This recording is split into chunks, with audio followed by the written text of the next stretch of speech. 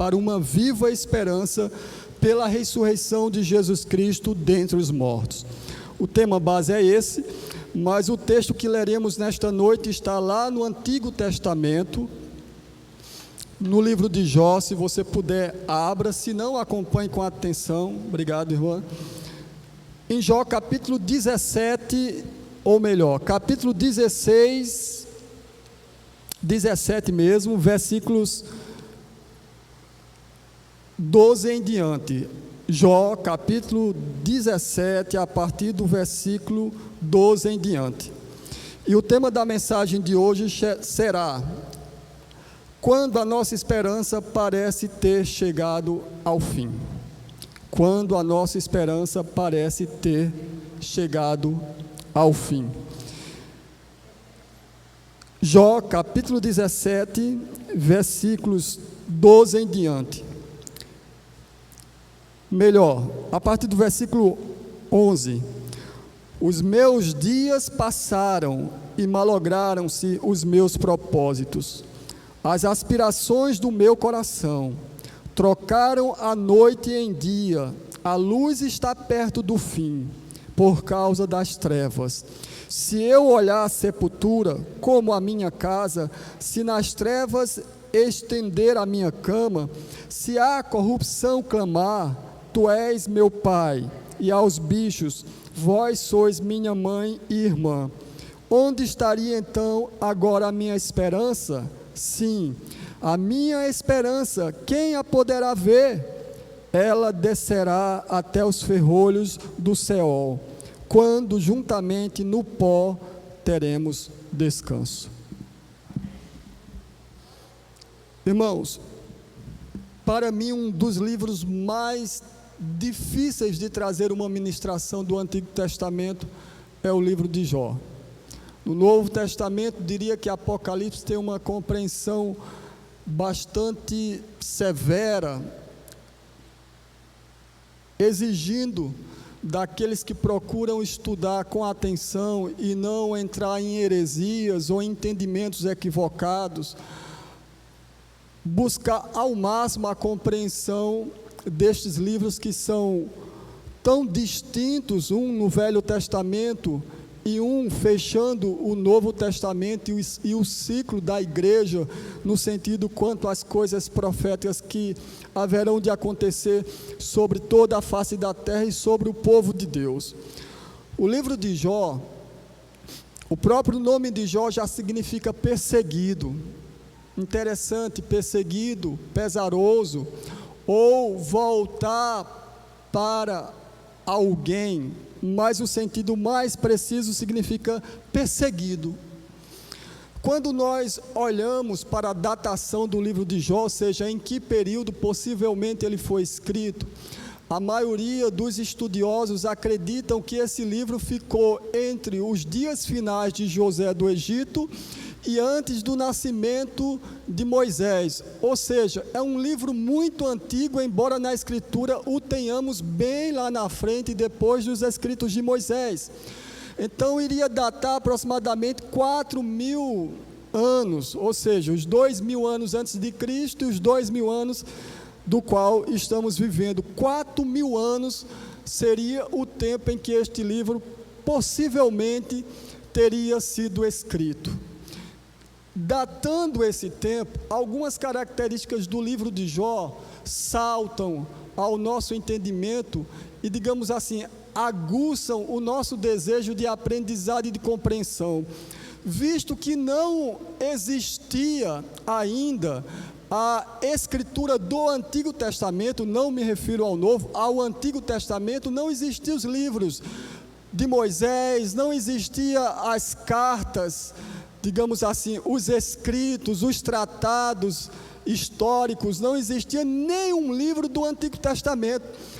Alguns acreditam que possivelmente Jó tenha vivido no período próximo ao período de Abraão. Então, se ouvia falar a respeito de um Deus, Não havia ainda uma precisão, não é como hoje que nós podemos dizer aqui, falamos de forma frequente, o Deus de Abraão, de Isaac, de Jacó, o Deus de Raabe, o Deus de José, o Deus de Josué, o Deus de Maria, o Deus de Davi, o Deus de Samuel, o Deus de Elias, o Deus de Esdras, de Neemias, e podemos citar de Gideão e todos os nomes de homens e mulheres que estão descritos na Bíblia. Até aquele momento não havia uma escrita, não havia um documentário. Certamente as transmissões, as informações a respeito de Deus era feito de forma verbal, oral e não escrita. Diante de tudo isso, nos assusta o livro de Jó positivamente. Em que sentido? Jó é considerado um livro poético e ao mesmo tempo um dos homens mais sábios que viveu no seu tempo. Sabemos que Jesus Cristo é a própria sabedoria de Deus, sabemos que Salomão foi o homem mais sábio que pisou na face da terra, mas Jó era um homem sábio não sendo judeu, ele não pertencia a Israel, ainda estava, digamos assim, surgindo a nação de Israel, e Jó já era considerado um homem sábio, e não somente isso, o próprio Deus testemunhou de Jó. Poucas vezes na Bíblia nós vamos ver Deus falando especificamente sobre alguém. No Novo Testamento, o Espírito de Deus veio sobre Jesus Cristo através de uma forma corpórea de pomba, e João Batista ouviu a voz do céu que dizia: este é o meu filho amado, em que a minha alma tem prazer, se compraz, se alegra. Mas João Batista ouviu, os demais não ouviram, porque foi uma testificação para João o Batista, de que o ministério dele agora deveria sumir, pois a razão da sua vinda e da sua existência era esperar o Messias surgir, e Jesus Cristo ali estava sendo dito pelo Pai: ele é o Messias, João Batista, a tua obra foi cumprida, agora tu sumirás do cenário, e Cristo então completará o propósito para o qual foi enviado sobre a face da terra.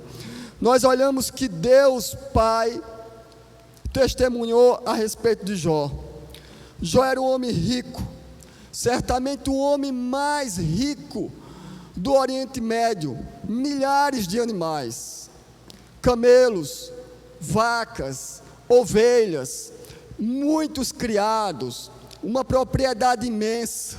A Bíblia cita características de Jó que, embora ele não sendo judeu, não fazendo parte de Israel, Israel ainda estava a se formar, ele era um homem que se desviava do mal, ou seja, de alguma forma, a Bíblia não traz uma clareza sobre isso, nem os estudiosos conseguem trazer um entendimento, digamos assim, claro, como Jó obteve tanta informação a respeito de Deus, já que ele viveu num tempo próximo de Abraão.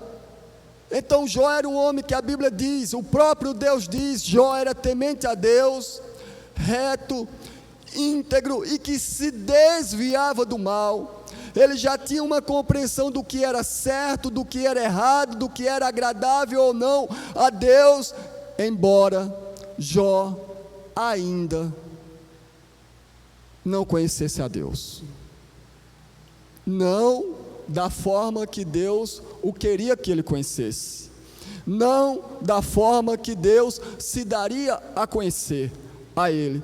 Jó conhecia uma literária, um panfleto, uma literatura, uma informação. É como se nós estivéssemos aqui na rua e alguém distribuísse um panfleto, por exemplo: Jesus é o caminho, a verdade e a vida, e de alguma forma a pessoa acreditou, essa pessoa é o caminho, a verdade e a vida, mas quem é essa pessoa? Jó tinha alguma informação a respeito de Deus, mas ele ainda não sabia quem era Deus. Mas o próprio Deus já testificava que ele era um homem reto, íntegro, temente a ele e que se desviava do mal. Há algumas características na vida de Jó. Na sua geração não houve homem tão sábio, tão rico, tão prudente, tão temente quanto ele. Na sua geração o próprio Deus testemunhou a respeito de Jó.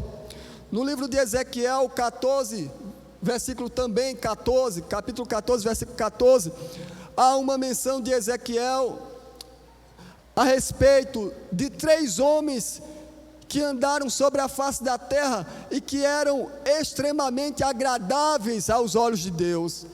E Jó está citado lá. Jó, Daniel e Noé. 3 homens que é descrito lá como homens que agradaram a Deus, homens que temeram a Deus, homens que se desviaram do mal, homens que realmente alegraram o coração do Senhor. Jó, que significa perseguido, na sua tradução mais aceita, é aquele que retornará, é aquele que persiste. Jó viveu aproximadamente 200 anos, teve 20 filhos, 10 que perdeu inicialmente na sua tragédia, que não há menção na escritura tão violenta sobre uma única pessoa num período tão curto.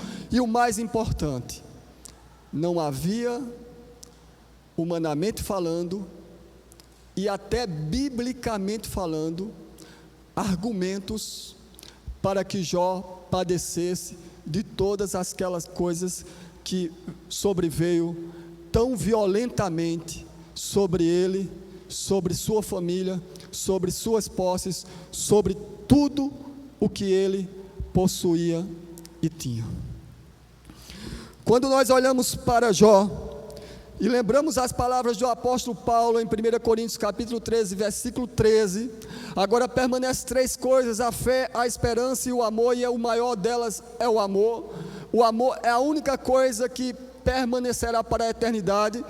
Mas Paulo estava dizendo: há 2 coisas que eu preciso em especial, 3 coisas que eu preciso ter, uma que ficará para a eternidade e 2 que cessarão aqui, mas é existencial para a minha sobrevivência: é a fé e a esperança.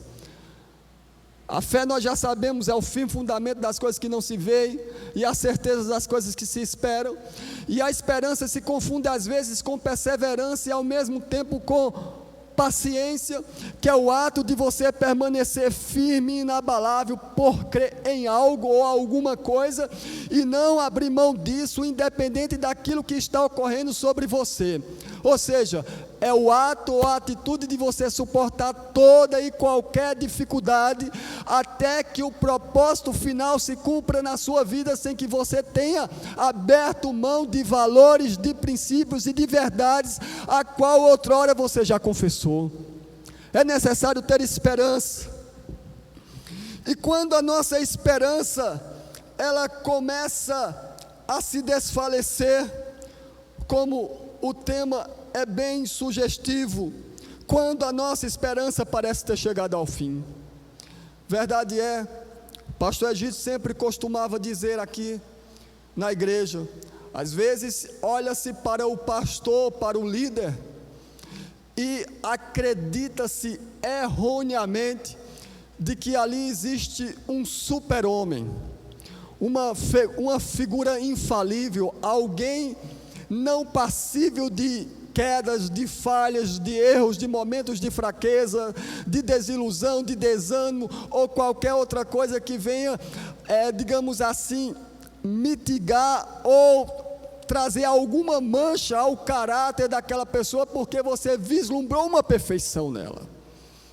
Na verdade, grandes homens e mulheres de Deus não são pessoas infalíveis, nem pessoas que jamais errarão, mas são pessoas que pegam toda a sua fraqueza, toda a sua debilidade, toda a sua necessidade, todos os seus medos, todos os seus anseios, todas as suas inquietações, e coloca diante de Deus, pedindo a Ele ajuda para suportar e para ser exemplo na casa de Deus, para a sua ovelha, para o seu rebanho, para aqueles que estão sobre os seus cuidados. O que nos rouba a esperança? Muitas coisas podem nos roubar a esperança, mas eu quero me restringir a princípio ao texto lido de Jó. Jó era uma espécie de um sacerdote. Ele sacrificava pelos seus filhos, ele mantinha os seus filhos sobre uma orientação daquilo que ele sabia que era agradável a Deus. Ou seja, Jó era um discipulador, era um sacerdote na sua casa, era um homem que ensinava as verdades de Deus, ainda que a Bíblia vai dizer lá na frente, ele vai confessar e vai dizer lá no final do livro de Jó: antes eu te conhecia só de ouvir falar, eu não te conhecia, mas em apenas te ouvir falar a teu respeito, houve temor no meu coração, houve respeito, houve desejo de te servir. Quando a palavra do Senhor nos diz que Satanás, aquele desocupado, como diriam alguns pregadores, aquele imundo, aquele nojento, estava vagando pela terra, e o Senhor disse: vistes lá o meu servo Jó, e eles: tu tens dado tudo a ele, como ele não te agradará e fará tudo que tu queres? Tu tens dado tudo a ele. Ou seja, como diria aquele irmão que a mãe dele recentemente, infelizmente, foi assassinada, Delino Massal, acho que é isso: se Deus fizer, ele é Deus, se não fizer, ele é Deus. E a mãe dele foi assassinada de certa forma violenta algumas semanas atrás. Como diria a nossa irmã que também desceu à sepultura dias atrás: quando tudo parece perdido ao redor, buscar a tua face é preciso. Quando não temos compreensão daquilo que está nos acontecendo, buscar tua face é preciso. A nossa irmã Ludmila Ferber, que faleceu alguns dias atrás, e quando a nossa esperança é roubada, trazendo aqui especificamente para o texto de Jó, até o capítulo 37 de Jó, o final do capítulo 37 de Jó, ou seja, quase aproximadamente 90% de todo o livro de Jó, Jó passou por um momento de profundo debate e reflexão entre ele e os seus 4 amigos, 3 mais achegados e um não tanto, que era Eliú, mas os outros três eram muito chegados, e a Bíblia também os cita como homens ricos, prósperos e sábios também. E houve um grande debate, que nós diríamos hoje um debate teológico, um debate profundo, um debate apologético, um debate de defesa de fé, um debate sobre a vida, um debate sobre causa, sobre efeito, um debate sobre todas as inquietações da alma de um homem, que no caso era as aflições do servo Jó. Jó, ele não encontrava explicações. Ele era um pai sacerdotal, ele temia a Deus, ele andava na justiça, ele se desviava do mal, e dentro de toda a sua sabedoria e conhecimento, ou seja, de tudo que ele já tinha ouvido, de todo o conhecimento literário, auricular, que ele tinha ouvido a respeito de Deus, ele não encontrava causa que resultasse no efeito do sofrimento que ele estava passando. Como nós falamos sempre, quando vamos celebrar a Santa Ceia em Coríntios: examine-se o homem a si mesmo. Jó fez um raio-x dele, examinou a consciência: eu temo a Deus, eu sou um sacerdote, eu me desvio do mal, procuro agradá-lo, fiel à minha esposa, ensino o caminho aos meus filhos, trato com cuidado aqueles que estão sobre minha liderança, os meus trabalhadores. Não havia nada na vida de Jó que lhe causasse ou implicasse naquele sofrimento que ele estava passando. Alguns amigos de Jó chegaram a sugerir que Jó teria adulterado, teria pecado contra Deus, e por isso tantas coisas estavam vindo sobre ele, as enfermidades, a perda dos 10 filhos, todos os animais mortos, a esposa blasfemando contra ele, as feridas ele raspava as suas chagas, ele ficou no estado esquelético de pele e osso. Quando não compreendemos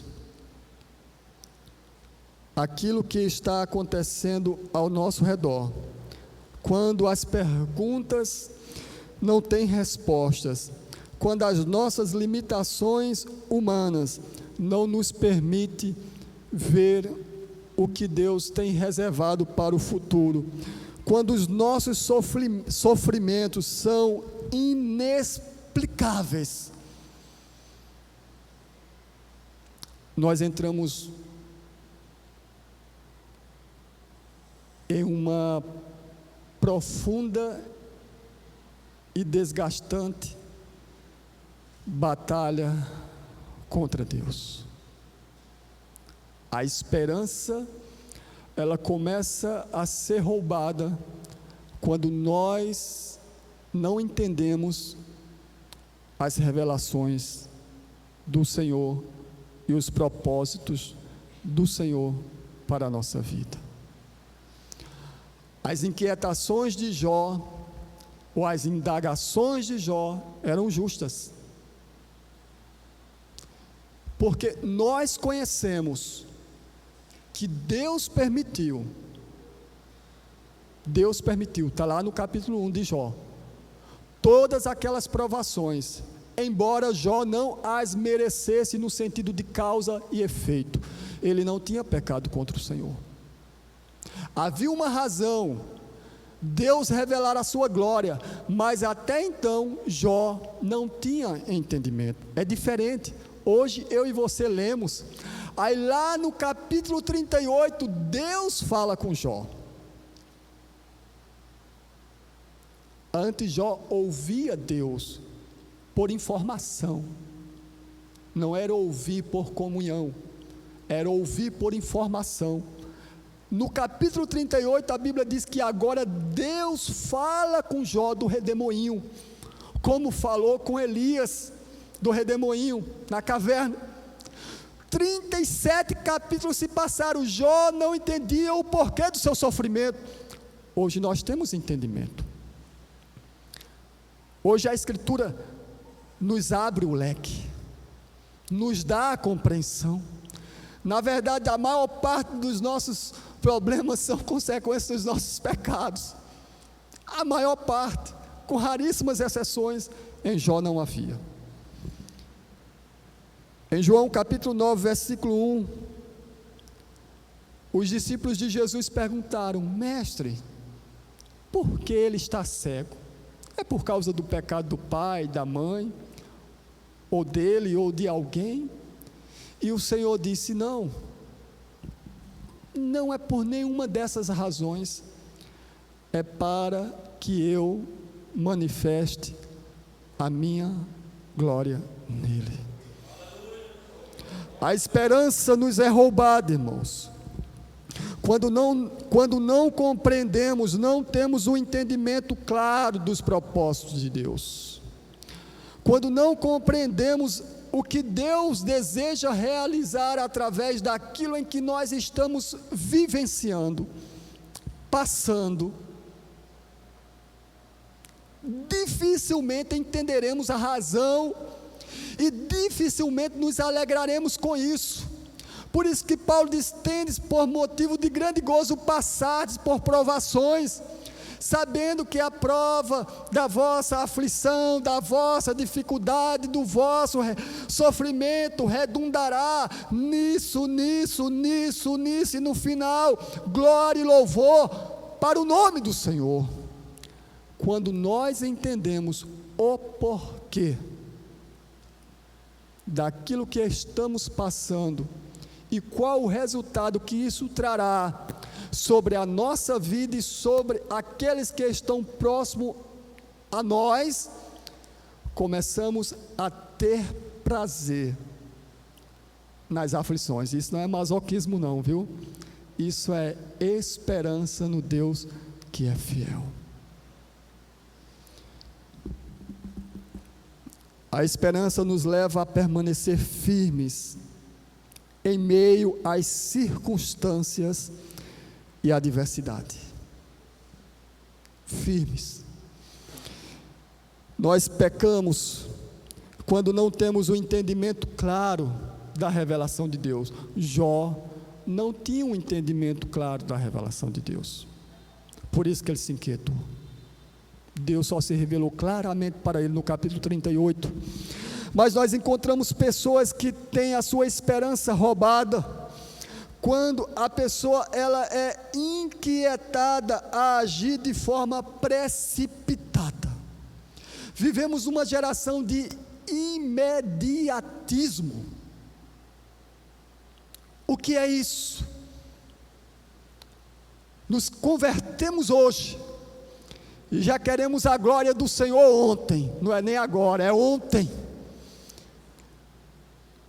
Andamos inquietos, queremos os resultados de forma violenta e brusca. Não aprendemos ainda que é necessário passar por um procedimento, por etapas, por acontecimentos, para que o propósito de Deus se cumpra.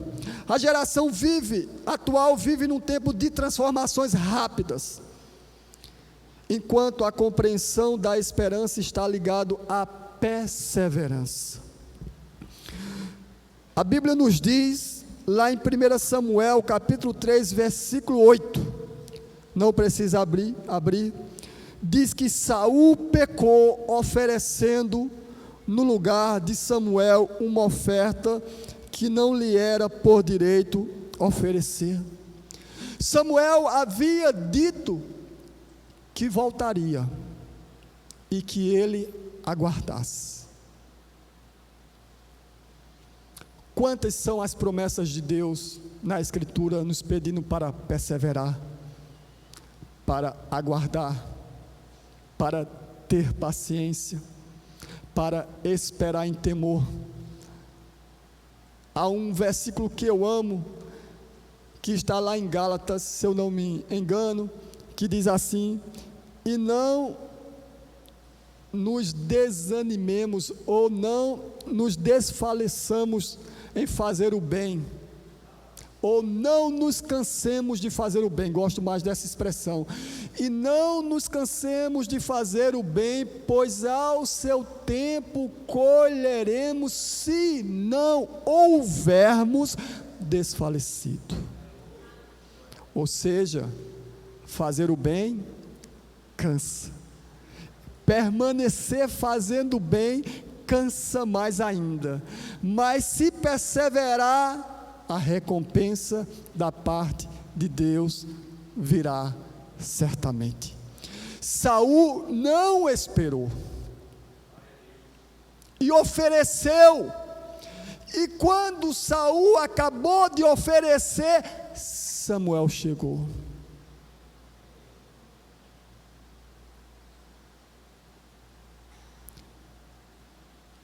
A esperança, ela nos leva a aguardar até o momento em que o Senhor nos substitui, até o momento em que Deus proverá, até o momento em que um animal numa montanha alta aparece preso em galhos para ser oferecido no nosso lugar.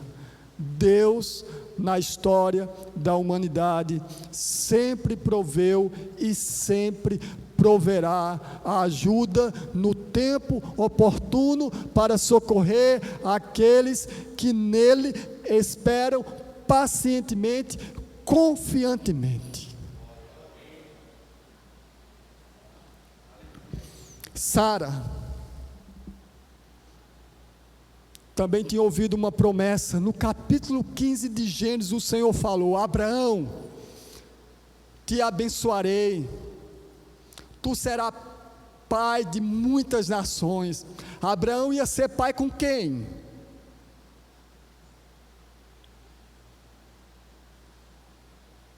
Claro que teria que ser com Sarai.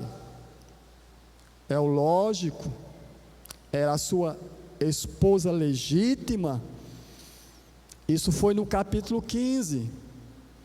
No capítulo 16, Sarai chega e diz: eu sou estéril, Deus fechou a minha madre, para que tu possas ser pai, toma Agar como tua esposa e gera nela um filho. E Abraão naquele momento foi carne pura, aí disse: vem cá, Agar, e coabitou com Agar e teve Ismael. Logo em seguida, pouco tempo depois, o Senhor aparece e fala para Abraão que ele seria pai.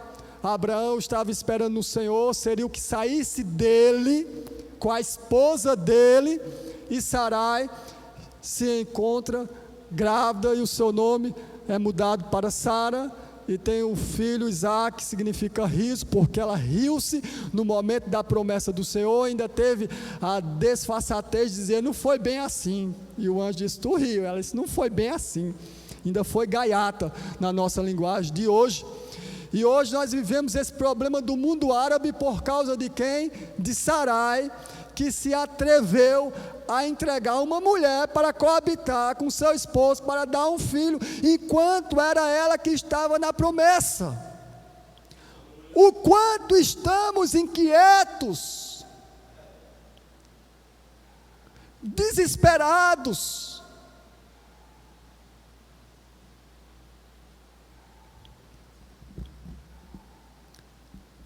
Em Romanos 12:12, a palavra do Senhor diz: alegrai-vos na esperança, sedes pacientes na tribulação, perseverai na oração. Alegrai-vos na esperança. Que esperança? Há dois tipos de esperança. A Bíblia diz que Abraão, em esperança, creu contra a esperança que seria feito pai de uma multidão. Ou seja, Abraão, em esperança divina, creu contra a esperança humana que seria feito pai de multidões de nações. Alegrar-se na esperança é permanecer firme, ainda que tudo ao nosso redor pareça impossível, ainda que tudo diga não.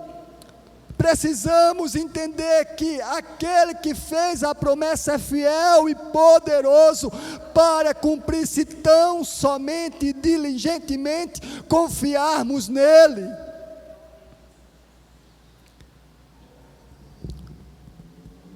Em Romanos capítulo 5,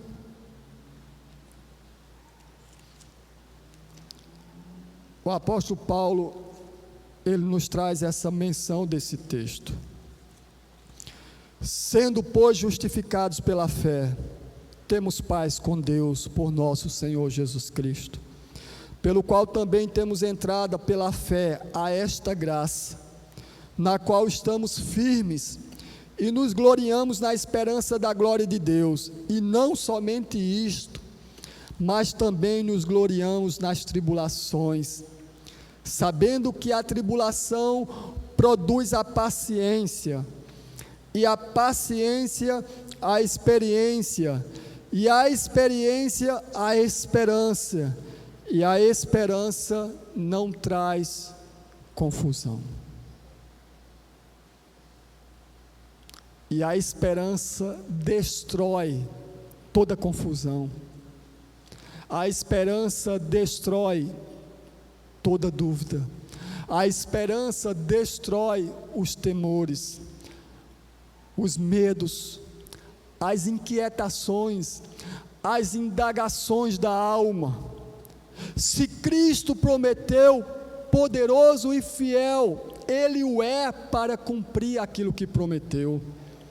Porque todas as coisas estão sujeitas a Ele pelo poder da sua palavra. Como disse João, e o Verbo se fez carne e habitou entre nós, e vimos a sua glória como a glória do unigênito do Pai. Ninguém conhece o Pai a não ser aquele que desceu do céu e esteve ao lado dele e pode revelar as coisas dele.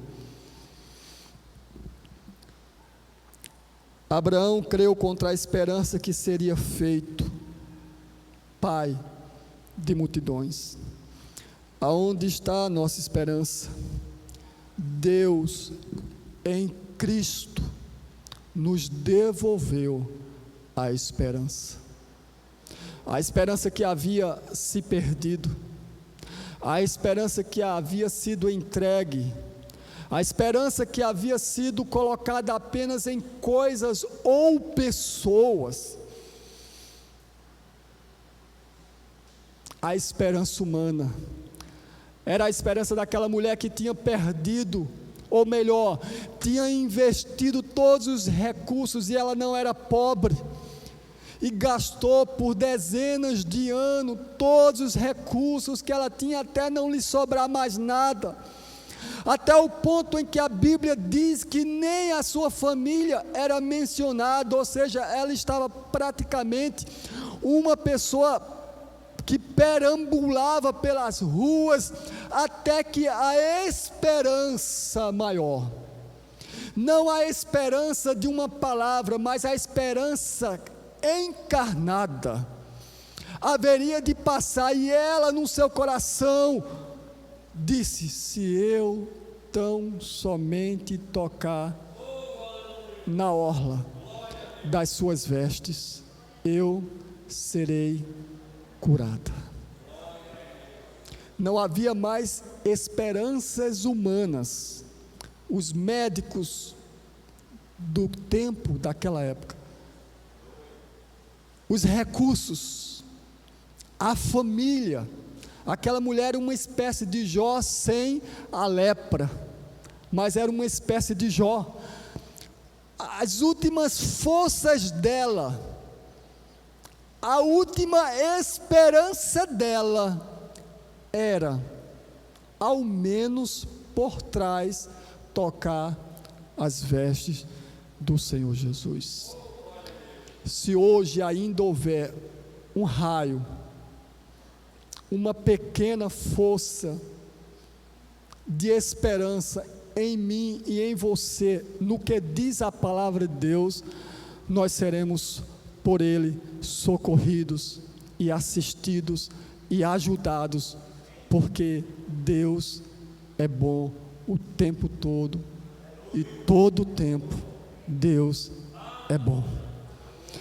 E a palavra do Senhor nos diz em Colossenses 1:27, que Paulo diz: Cristo em vós, a esperança da glória. Não é glória, glória, glória, a palavra dita ao vento. Não, não é uma expressão vocábula. Não, glória significa o poder, a intervenção, a ação, a misericórdia, a justiça, o agir de Deus na vida dos seus. Então, se Deus derramar a sua glória em nós, nós seremos por Ele impactados, ajudados, socorridos, transformados. E ficamos, glória, glória, glória, glória, amém. Mas não é essa glória. A glória que matou Herodes foi não reconhecer a soberania e o poder de Deus.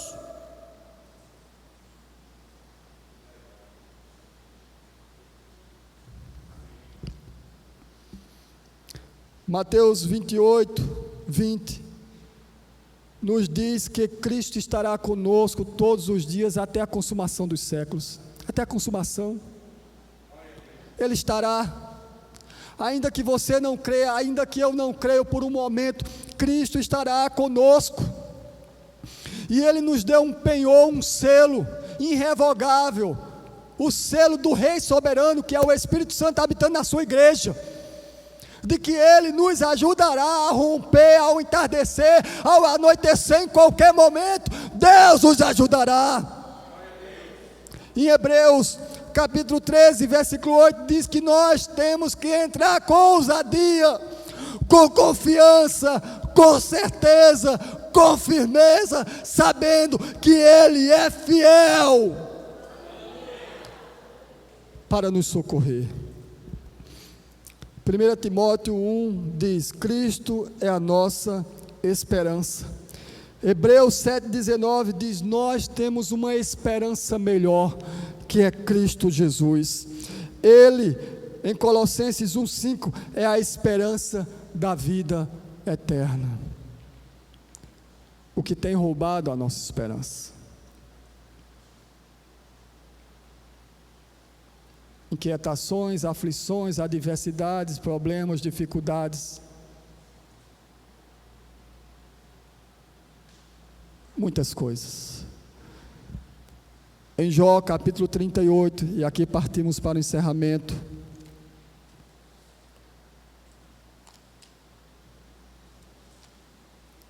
Depois disso, o Senhor respondeu a Jó, de um redemoinho, e disse: quem é este que escurece o conselho com palavras sem conhecimento? Agora, cinge os teus lombos como homem, diz: seja homem, cabra. Cinja, escuta o que eu vou te falar. Onde estavas tu quando eu fundava a terra? Faz-me saber se tens inteligência. Quem lhe pôs as medidas, se tu sabes? Ou quem estendeu sobre ela o cordel? Sobre quem estão fundadas as suas bases? Ou quem assentou a sua pedra de esquina? Quando as estrelas da alva juntas alegremente cantavam, e todos os filhos de Deus rejubilavam? Ou quem cerrou o mar com portas, quando transbordou e saiu da madre? Quando eu pus as nuvens por sua vestidura, e a escuridão por envolvedouro, quando passei sobre ele o meu decreto e lhe pus portas de ferrolho.